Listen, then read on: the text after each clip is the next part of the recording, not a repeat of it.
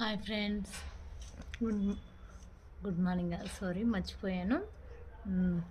Good evening friends అందరికీ. అందరైతే బాగున్నారు కదా? నేను కూడా బాగున్నాను, క్షేమంగా ఉన్నాను, సజీవంగా ఉన్నాను. కాబట్టి మీ ముందుకు వచ్చే ధన్యతను ప్రభువు నాకు అనుగ్రహించాడు. ఈ దినము క్షేమంగా భద్రపరిచిన యేసయ్యకే 2 వందనాలు. ఆయనకి స్తుతి, ఆయనకే మహిమ ఘనత చెలునుగాక. ఈ దినము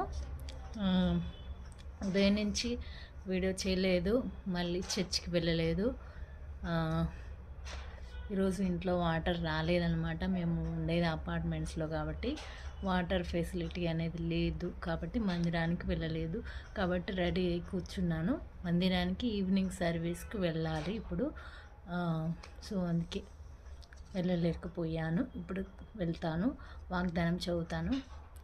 ఏ తెగులును నీ గుడారమును సమీపించదు.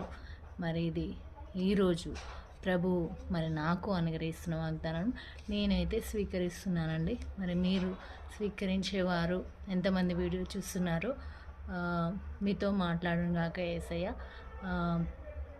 ఈ దినమంతా మనం ఆల్మోస్ట్ డే అయిపోవచ్చింది. మరి రాత్రి వరకు కూడా చూడలేని బిడ్డలు ఎంతోమంది ఉంటారు. ఉంటామేమో తెలియదు కదా.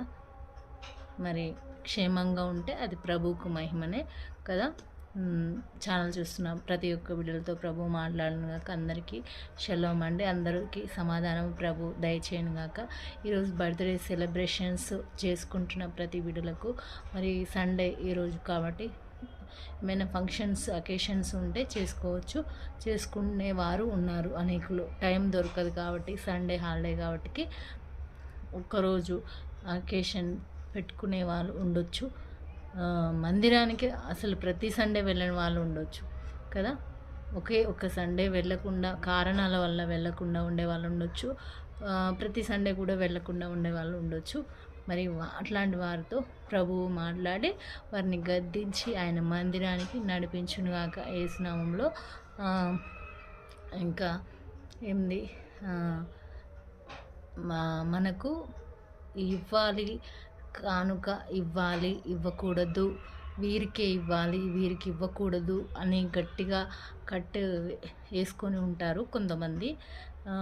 మనం ఇచ్చేది దేవుడికి కదా, మనం దేవునికి ఇస్తున్నాము. సరే, మీకు వీరికి ఇవ్వాలి, వీరికి ఇవ్వకూడదు అని గట్టిగా మనసులో అనిపిస్తున్నట్లయితే అట్లా అనిపించకూడదు. మ్యాక్సిమము మీకు అలా అనిపిస్తున్నట్లయితే మీకు ఎవరికి ప్రేరేపణ వస్తుందో వారికి ఇవ్వండి కానుక.